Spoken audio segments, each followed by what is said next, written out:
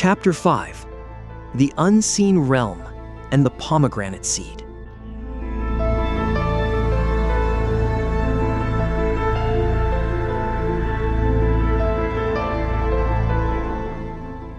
Beneath the sunlit peaks of Mount Olympus and far below the churning waves of Poseidon's domain lay the dismal kingdom of the Eldest Olympian.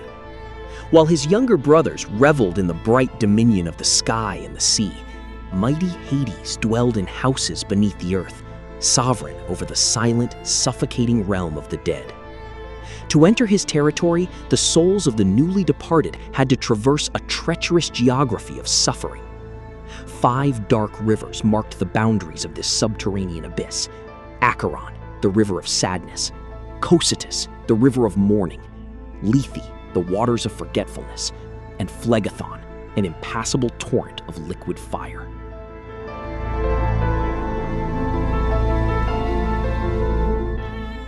The final and most absolute border was the river Styx.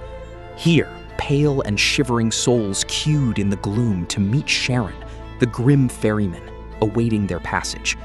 For this journey, the dead were required to pay a toll, a solitary coin known as Charon's obol, traditionally placed in the mouths of the deceased by those they left behind on Earth. Once ferried across the murky waters, the souls faced the great gate of the underworld, guarded by the ferocious Cerberus. A monstrous hound with 3 heads and a serpentine tail, Cerberus was the terrifying offspring of the giant snake man Typhon and the flesh-eating serpent maiden Echidna. He stood as an eternal sentinel, turning his ferocity upon any shade foolish enough to attempt an escape back to the light.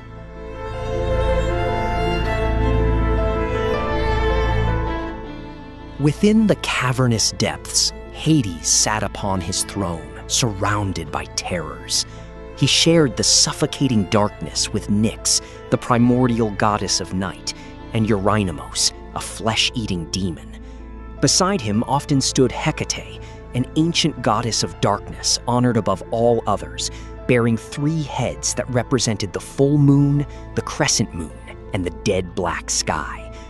In the deepest pits of this realm, the Furies enacted their master's will, torturing those whose sins demanded eternal retribution.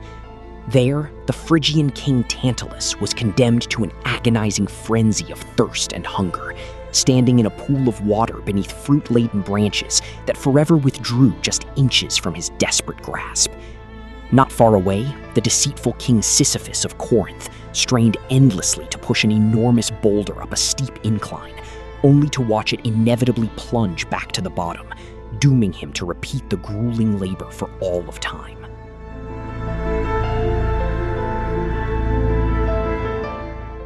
Yet, despite his absolute power over the dead, Hades was profoundly isolated. His brothers had consigned him to a kingdom devoid of warmth or living beauty, and his heart grew cold and possessive. Above him, the earth enjoyed an endless, unbroken spring, tended by his sister Demeter, the goddess of the harvest. Known as the sacred goddess with the glorious hair, Demeter's thick, golden tresses mirrored the boundless abundance of the crops she nourished. She doted entirely upon her beautiful daughter, Persephone, sheltering her from the cruelties and petty rivalries of the other Olympians.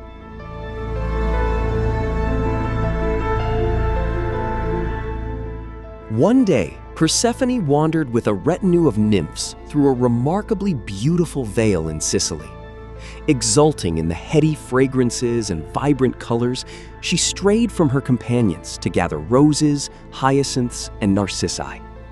As her fingers closed around the stem of a particularly magnificent narcissus, the solid earth suddenly fractured and violently split open beneath her feet.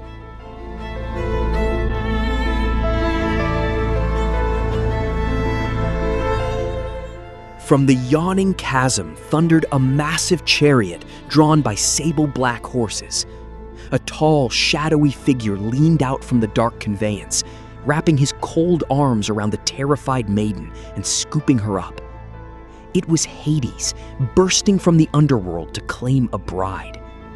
Persephone struggled and wept, her desperate screams echoing across the valley as she begged her father, Zeus, to save her.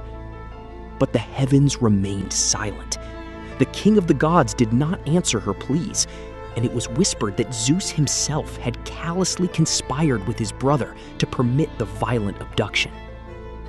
Plunging back into the abyss, Hades carried the weeping girl down into his gloomy domain, promising her that she would be revered as the supreme queen of his subterranean kingdom. But the terrified maiden remained utterly inconsolable.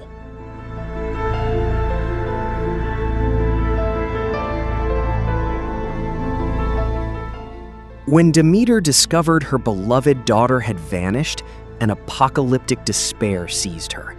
Bearing a torch, the grief-stricken goddess abandoned her duties and wandered the earth. In her all-consuming sorrow, she withdrew her divine favor, bringing a terrifying halt to the earth's fertility.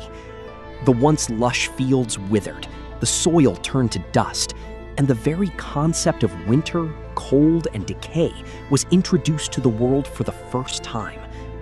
Starvation loomed over the race of mortals, threatening to extinguish the fragile humanity that Prometheus had sacrificed so much to protect.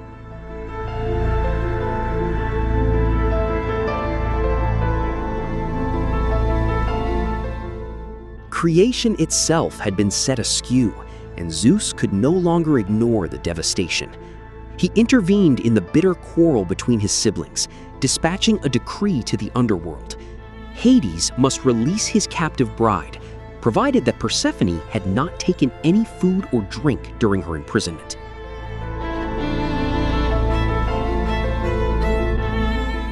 Hades received the command with quiet, cunning compliance. But before she could depart, the Lord of the Dead stealthily approached his bride and slipped a pomegranate, sweet as honey, into her delicate hand. Unwittingly binding herself to the realm of the dead, Persephone consumed several of the fruit's blood-red seeds.